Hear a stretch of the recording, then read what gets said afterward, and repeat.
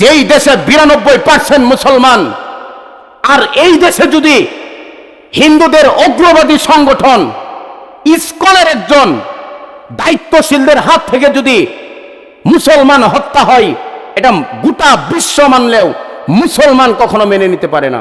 এই যে বর্তমান সময়ে একটা জিনিস খুব ভাইরাল, অনেকে জানেন এই সংবাদ আপনারা, এই ইসকন চট্টগ্রামে এক আইনজীবীকে হত্যা করেছে। ইসকন হিন্দুদের একটা সংগঠন। এই কথাগুলো আমরা কেন বলি?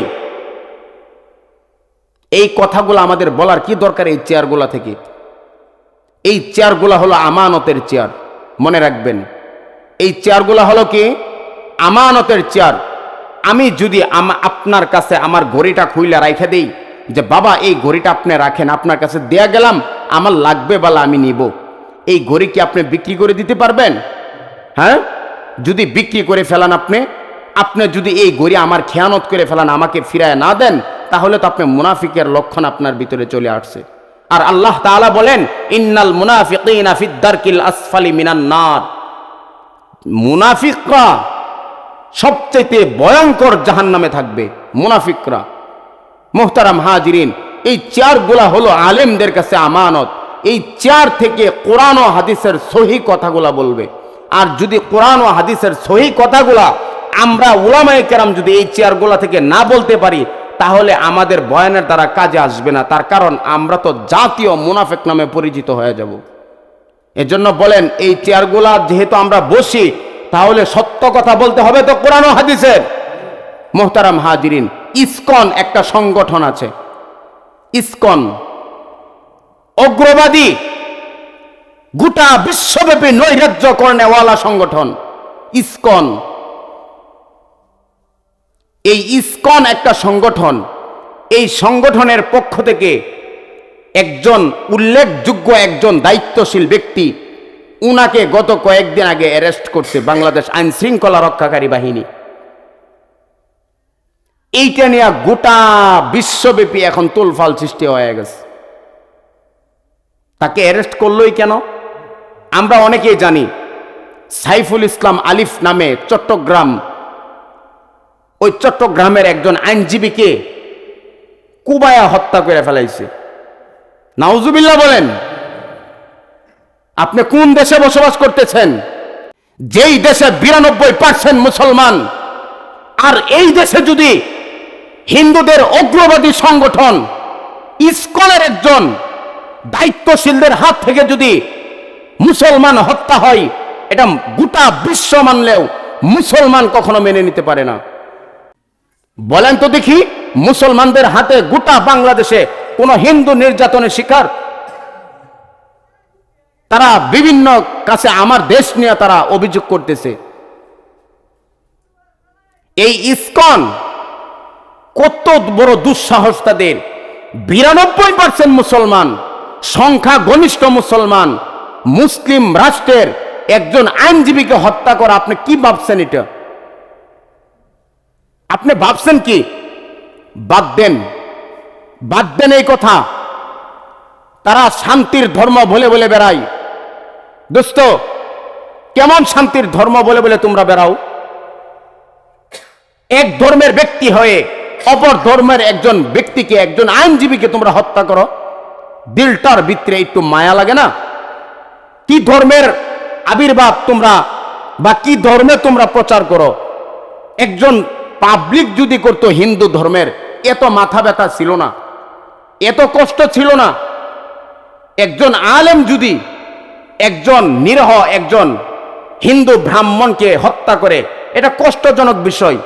কারণ তুমি আলেম হইতে পারো, সংখ্যাগরিষ্ঠ মুসলমান রাষ্ট্র হতে পারে, এই দেশে কোরআন ও হাদিস আপনাকে পাওয়ার দেয় নাই কোন হিন্দুর গায়ে আঘাত করা, কোন খ্রিস্টানের গায়ে আঘাত করা, কোন বৌদ্ধ ইহুদি নাছারার গায়ে আঘাত করা। কোরআন ইসলাম আপনাকে পারমিশন দেয় নাই, তো আপনি আঘাত করেন কি করে? আর তোমরা যে শান্তির ধর্ম বলে বলে বেড়াও, তোমরা কিভাবে আঘাত করলা?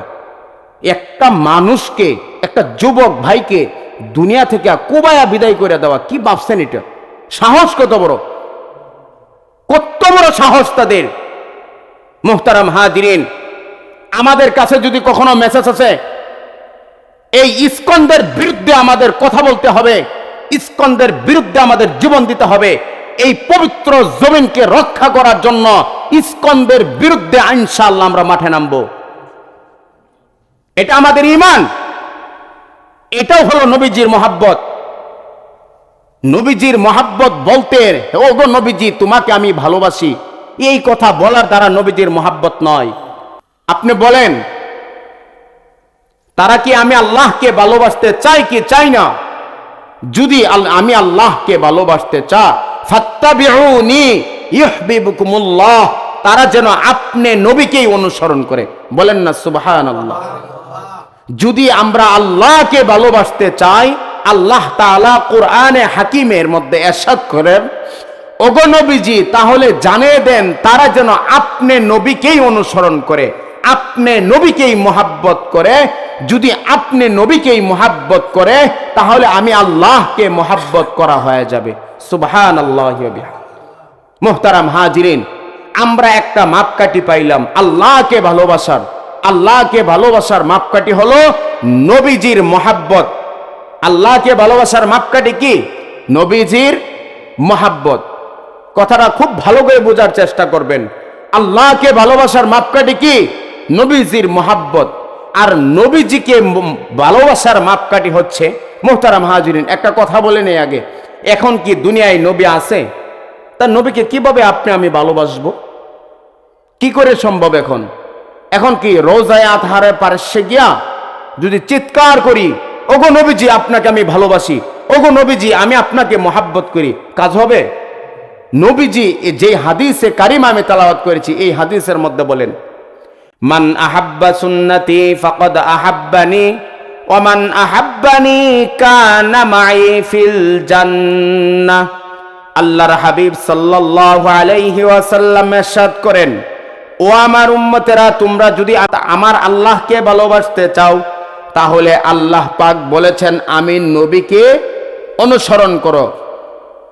এবং নবীজি বলেন আল্লাহকে ভালোবাসার মাপকাঠি আমি নবীর আনুগত্য করা, আমি নবীকে মানা, এবং আমি নবীকে মানার মাপকাঠি হলো আমার সুন্নতের ইত্তেবা করা।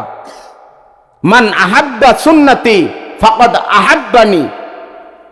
নবীজির সুন্নতের উপরে যদি আপনি আমি চলি, তাহলেই বর্তমান সময়ে নবীজির মহাব্বত হয়ে যাবে, নবীকে ভালোবাসা হয়ে যাবে।